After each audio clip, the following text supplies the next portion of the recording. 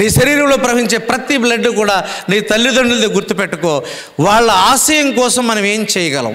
ఒకవేళ నీకు చదువు ఇష్టం లేదు, చదువు మానేసి ఏదో ఒక పని చేయొచ్చు. ఎందుకంటే ఏ పని అయినా సరే కొత్త స్కిల్ నేర్చుకోవడానికి ఒక ఫార్ములా ఏం చెప్తారంటే, ప్రతిరోజు 2 నుంచి 3 గంటలు ఒక 3 సంవత్సరాల పాటు ఒక పనిని మీరు చేసుకుంటూ వెళితే అందులో కావలసినటువంటి అంటే నిష్ణాతులుగా మారతారటండి.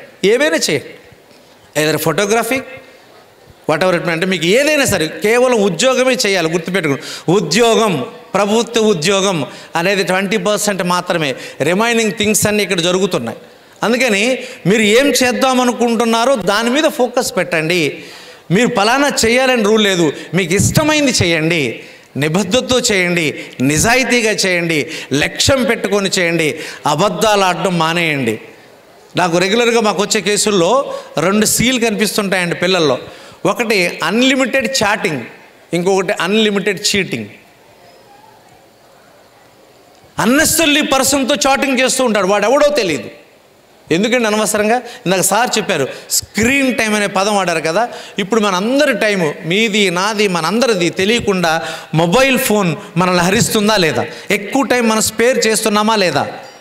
పిల్లలు, పెద్దవాళ్ళు కూడా ఉన్నారు. మొబైల్ తాలూకా స్క్రీన్ టైం మనకి ఆల్మోస్ట్ వాళ్ళందరికీ ఇబ్బంది పెడుతుందా లేదా?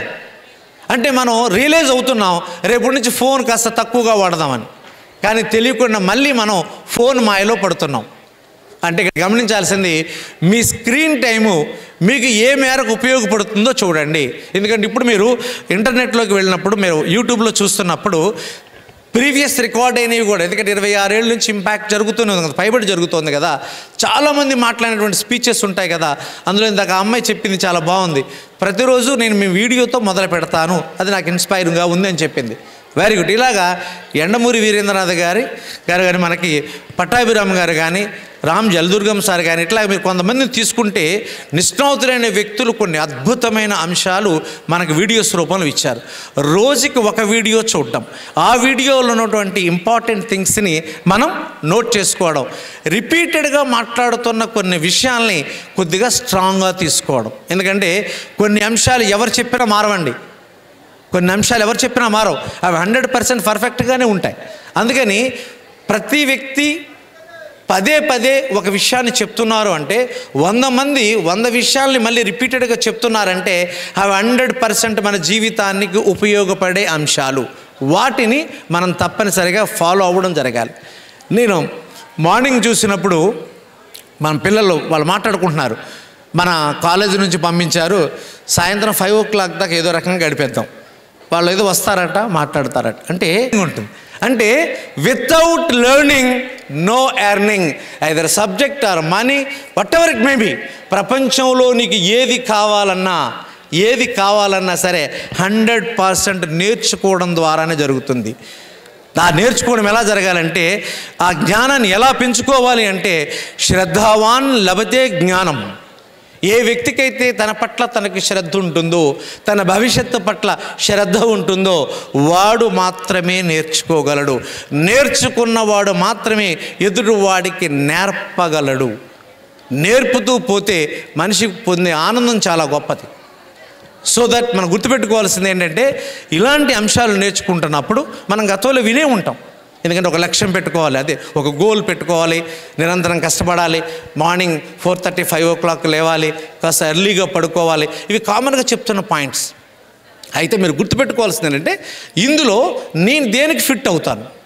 నేను రెగ్యులర్గా మా స్టూడెంట్స్కి ఒకే మాట చెప్తాను, మీరు మార్నింగ్ 6 o'clock లేచే అలవాటు ఉంది, రాత్రి 10 o'clock పడుకునే అలవాటు ఉంది, ఓకే అండి? లేదు, నేను 7 o'clock లెగిస్తానండి, 11కి పడుకుంటాను. నేనేమంటానంటే మార్నింగ్ 1 hour బిఫోర్గా లేవండి, రాత్రి 1 hour ఎర్లీగా పడుకోండి. చిన్న మార్పు ఇక నుంచి. అంటే నా జీవితంలో మార్పు స్టార్ట్ అవ్వాలంటే అది నిద్ర లేవడంతోనే మొదలవుతుంది. చాలామందికి తెలియదు ఈ అంశం. మేధావులన్నీ వాళ్ళ లైఫ్ హిస్టరీస్ అంతా చదివితే వాళ్ళెవరూ కూడా అంటే 10 గంటలకి 7 గంటలకి లేచిన వ్యక్తులు కాదండి. 3:30 అబోవ్ 4:30 తర్వాత నిద్ర లేచిన వాళ్ళు చాలామంది జీవితంలో అద్భుతం సాధించారు. మీరు ఈరోజు రేపు విన్న కార్యక్రమాలతో పాటు నేను చెప్పంటే ప్రాక్టికల్గా మనం చాలామంది దగ్గర నుంచి చూసినటువంటి అంశం ఏంటంటే, మీరు మార్నింగ్ ఎర్లీగా లెగడానికి ట్రై చేయడం మొదలుపెట్టిన తర్వాత, ఇందాక మేడం ఒక మాట, అద్భుతమైన మాట చెప్పారు, ఈరోజు అంతా బాగానే ఉంటుంది, నేను చేసే ప్రతి పని సక్సెస్ అవుతుంది, నేను చాలా హ్యాపీగా ఉంటాను, ఈరోజు డెఫినెట్గా బాగా గడుపుతాను అని మీకు ఎప్పుడైతే మీరు అనుకుంటారో వీటిని పాజిటివ్ సజెషన్స్ అంటారు. ఎప్పుడైతే పాజిటివ్ సజెషన్స్ మనం ఇవ్వడం జరుగుతుందో ఆటోమేటిక్గా మనకు వచ్చే లాభం ఏంటరా అంటే మన బ్రెయిన్ మొత్తం దానికి ట్యూన్ అయిపోయి ఉంటుంది, గుర్తుపెట్టుకోండి. తర్వాత ఇంకా ప్రదీప్ గారు చెప్పిన దాంట్లో ఒక అద్భుతమైన మాట, దానికి స్మాల్ ఎగ్జాంపుల్. మనందరం సండే మార్కెట్కి వెళ్తారు, రాజమండ్రి అంటే మన జాంపేట కానీ మిగిలిన, మీరు కొనండి కొనకపోండి, మీరు మార్కెట్లోంచి వచ్చి ఇంటికి వచ్చేటప్పటికి ఇంట్లో వాళ్ళు డ్రెస్ ఇప్పేసి బయట పెట్టేయని అంటారు, ఎందుకంటే స్మెల్ మీతో వస్తుంది. మీరు కడియపలంక కానీ మనం కడియం కానీ వెళ్ళి పుట్లంక కానీ వెళ్ళి మీరు అక్కడ ఉన్నటువంటి పూల సుగంధం ఏదైతే ఉందో మీరు ఆ నర్సరీలోకి వెళ్ళి మీరు బయటకు వస్తే మీరు ఇంటికి వచ్చేంత వరకు కూడా మీతో పాటు స్మెల్ క్యారీ అవుతూ ఉంటుంది.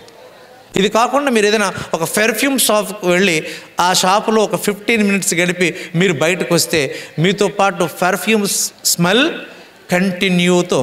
ఏంటి దీన్ని బట్టి మనకేం తెలిసింది మనకి? నువ్వు ఎవరు నాకు సార్ చెప్పారు కదా, ఆ ఫోటో చూపించి 200, 2000, 2 లక్షల వేరియేషన్ చూపించారు కదా. నువ్వు చుట్టూ ఏ ఎన్విరాన్మెంట్లో అయితే నువ్వు ఉంటావో, ఏ ప్రాంతంలో అయితే తిరుగుతావో, ఏ వ్యక్తులతో అయితే నువ్వు మాట్లాడుతావో, ఏ వ్యక్తులతో అయితే నువ్వు స్నేహం చేస్తావో, ఏ వ్యక్తులతో అయితే నువ్వు ట్రావెల్ చేస్తావో, ఒక రోజుకి నువ్వు అది అవుతావు. ఒకసారి క్లాప్స్ కొట్టచ్చు కదండి కొంచెం గట్టిగా. అంటే ఇక్కడ గమనించాల్సింది ఏంటంటే, ఒక 5 ఇంటలెక్చువల్స్ కోటీశ్వరులతో ఒక నార్మల్ మ్యాన్ ట్రావెల్ చేస్తున్నాడట. ఈ 5 మాట్లాడుతున్న ప్రతిసారి వాళ్ళు బిజినెస్ డెవలప్మెంట్ గురించి, కోట్ల గురించే మాట్లాడతారండి. ఈ పక్కన ఉన్న వాడికి కోట్ల గురించి లక్షల గురించే తెలుసు. కానీ ప్రతిరోజు వాళ్ళతో అతను తెలివైన వాడే, ఎందుకు అతనికి సరైన ఊతం లేక బహుశా అలా ఉండిపోయాడనే ఉద్దేశంతో ఆయన వాళ్ళతో కల్పించుకునేవారు. ఈ వ్యక్తి వీళ్ళతో పాటు 1, 2, 3 సంవత్సరాలు ట్రావెల్ చేశాడండి. తెలియకుండా ఆ 5 ఆయన పార్ట్నర్ అయిపోయాడు. నీ చుట్టూ ఉన్నటువంటి పరిస్థితులు నిన్ను ప్రభావితం చేస్తాయి, గుర్తుపెట్టుకోండి. ఎందుకు టెంపుల్కి వెళ్ళిన వెంటనే అప్పటిదాకా లేని వినమ్రత, భక్తి, చెప్పులు బయటపెట్టి అక్కడ కాళ్ళు కొడుకొని దేవుడి దగ్గరికి వెళ్ళి నమస్కారం పెడతాం. అంటే దేవుడి దగ్గరికి వెళ్ళిన వెంటనే అక్కడ మీకు ఏదో ఫోన్ వస్తుంది, ఫోన్ వచ్చిన వెంటనే మీరు ఆయన ఏదో తిట్టాలి, తిడుతూ 4 ఖర్చుకొని గుళ్ళో ఉన్నానే మాట్లాడకూడదంట. అంటే గుళ్ళో ఉన్నప్పుడు తిట్టకూడదు, బయట తిట్టచ్చా? అంటే ఇక్కడ ఏమైంది, ప్రాంతానికి వెళ్ళిన వెంటనే నీ ప్రవర్తన మారింది. అర్థమవుతుందా? ఆ ప్రాంతానికి వెళ్ళిన వెంటనే అంటే హోటల్లోకి వెళ్ళావు, వెంటనే అక్కడ ఉన్నటువంటి రుచులు అంటే స్మెల్ వస్తూ ఉంటుంది, మనకి ఏ ఫుడ్ తినాలనే దాని మీద మనకు కాన్సన్ట్రేషన్ పెరుగుతుంది.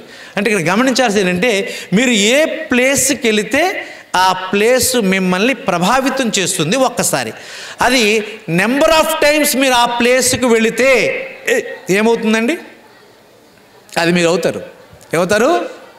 అది మీరు అవుతారు.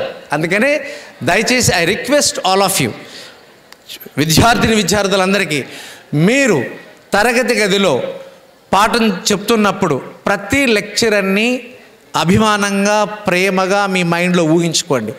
లెక్చరర్స్ మీద దయచేసి సెటైర్లు వేయకండి. ఒక సబ్జెక్ట్ ఎక్కువ, ఒక సబ్జెక్ట్ తక్కువ అనే ఆలోచన పక్కన పెట్టండి. ఎందుకంటే అసలు రాబోయే కాలంలో సబ్జెక్టే లేదు. ఆర్టిఫిషియల్ ఇంటెలిజెన్స్ అంటూ మొదలైతే అసలు ప్రపంచంలో అనేక రకాల మార్పులు జరిగిపోతాయి. అప్పుడు చాలా ఇబ్బంది పడిపోతాం. అందుకని మీరు గుర్తుపెట్టుకోవాల్సింది, మీకున్నటువంటి ఇన్నర్ అబిలిటీని ఏదైతే ఉందో దాన్ని స్ట్రాంగ్ చేసుకునే ప్రయత్నం చేయండి. మీరు మాట్లాడుతున్నప్పుడు, మీ ఫ్రెండ్స్తో మాట్లాడుతున్నప్పుడు పాజిటివ్గా మాట్లాడండి, నెగిటివ్గా మాట్లాడొద్దు. ఎందుకంటే నెగిటివ్ ఇంపాక్ట్ అనేది చాలా భయంకరమైనది. సొసైటీలో ఇది చాలా దారుణంగా జరుగుతుందండి. ప్రతి వ్యక్తి కూడా ఏ వ్యక్తిని యాక్సెప్ట్ చేయడం మానేస్తున్నారు. ఇష్టం వచ్చినట్టు ఎదుటి వాడిని చాలా ఈజీగా క్రిటిసైజ్ చేస్తూ ఉన్నారు. ఇవి కూడదు, ఇట్లా చేయడానికి వీల్లేదు. మనం తప్పనిసరిగా మనం ఎంచుకున్నటువంటి మార్గంలో ముందుకు వెళ్ళాలి అంటే మనం ప్రతిరోజు మనం చేస్తున్నటువంటి పనిలో నాణ్యత అంటే పర్పస్ఫుల్గా చేయాలి, ప్రాఫిటబుల్గా చేయాలి. ఏంటండి, ఒకటి పర్పస్ఫుల్గా జరగాలి, రెండు ప్రాఫిటబుల్గా జరగాలి. అంటే కాలాన్ని మనం సద్వినియోగం చేసుకోండి, టైం వేస్ట్ చేసే ప్రయత్నాలు చేయొద్దు. ఎందుకంటే లేటెస్ట్ ఇన్ఫర్మేషన్ ఏంట్రా అంటే ప్రతి ఒక్కరు తాలూకా స్క్రీన్ టైం బాగా పెరుగుతుంది, చాలా టైం వేస్ట్ చేస్తున్నారు.